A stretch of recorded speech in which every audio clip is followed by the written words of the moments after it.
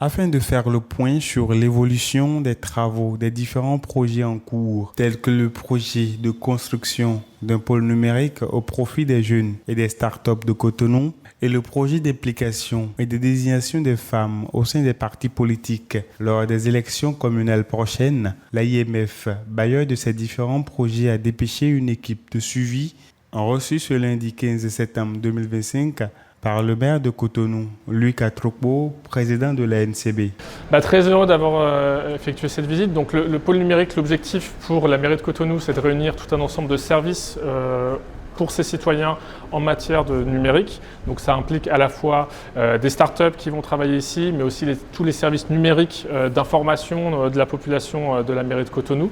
Donc c'est un projet sur lequel on travaille en partenariat depuis quelques années et qui va enfin arriver au bout début 2026 si tout va bien, avec fin des travaux et inauguration, et qui permettra d'accueillir les premières activités opérationnelles sur le premier trimestre 2026.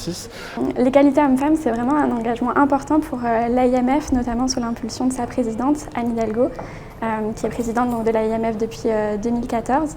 Et en 2020, nous avons également lancé notre guide pour intégrer les enjeux de genre dans les projets et programmes de développement.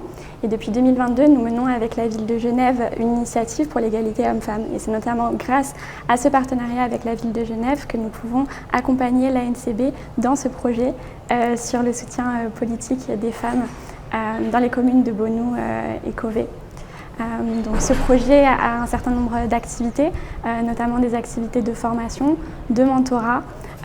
Et dans quelques jours, nous tiendrons un plaidoyer auprès des partis politiques pour discuter des enjeux de participation politique des femmes et s'entendre sur notre volonté d'avoir un certain nombre de recommandations pour favoriser la participation politique des femmes dans les communes au Bénin.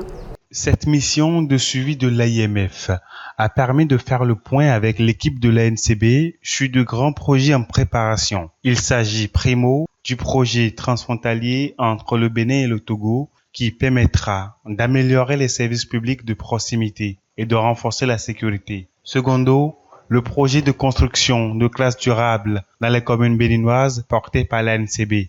Ce projet de classe durable consiste à construire 12 modules de salles de classe en terre comprimée dans 12 communes telles que Basila, Malanville, Kweyokbe, Cotonou, Glazoué, Toviklin, Natitengu, Kalale, Adjara, Sakete, Agbanizou et Toribosito. Le projet transfrontalier est vraiment important pour l'AIMF puisqu'il vise d'une part à renforcer les liens opérationnels entre les fêtières du Bénin et du Togo, autour d'un projet qui est très important pour nous également puisqu'il concentre les zones nord qui sont affectées par la situation sécuritaire et où les municipalités ont énormément de difficultés à apporter les services essentiels aux habitants.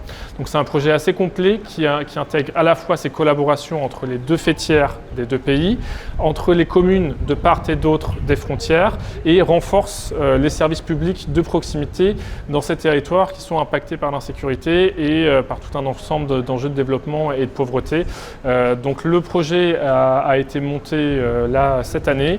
Le dernier bureau de l'AIMF a validé le principe et donc on est en train de régler les derniers détails administratif pour qu'il démarre cette année 2025. Par contre, on a pu surtout parler d'un autre projet qui est le projet d'école durable où là, il était en montage et l'objectif c'était d'arriver à finaliser ce montage là cette semaine pour pouvoir le présenter à la prochaine réunion du bureau de l'AIMF. Parce qu'en fait, le principe c'est que tous nos projets sont votés par notre bureau qui réunit les maires des capitales et grandes métropoles de la francophonie.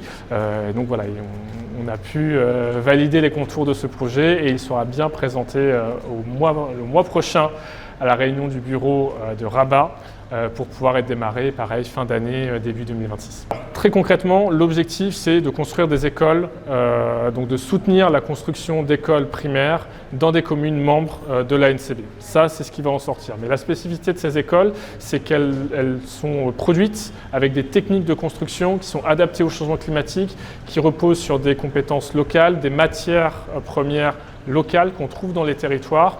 Et donc l'idée, c'est vraiment de proposer des modèles qui peuvent être facilement dupliqués à grande échelle par les communes qui ont l'avantage d'être adaptées au changement climatique, donc de moins prendre la chaleur, d'être mieux ventilées, d'être globalement plus durables aussi en termes de matériaux qui viennent du territoire et donc qui reposent encore plus sur la main-d'œuvre locale. Le périple des 2 missionnaires se poursuit dans la commune de Lokossa pour les mises au point autour du projet d'électrification solaire porté par la ville.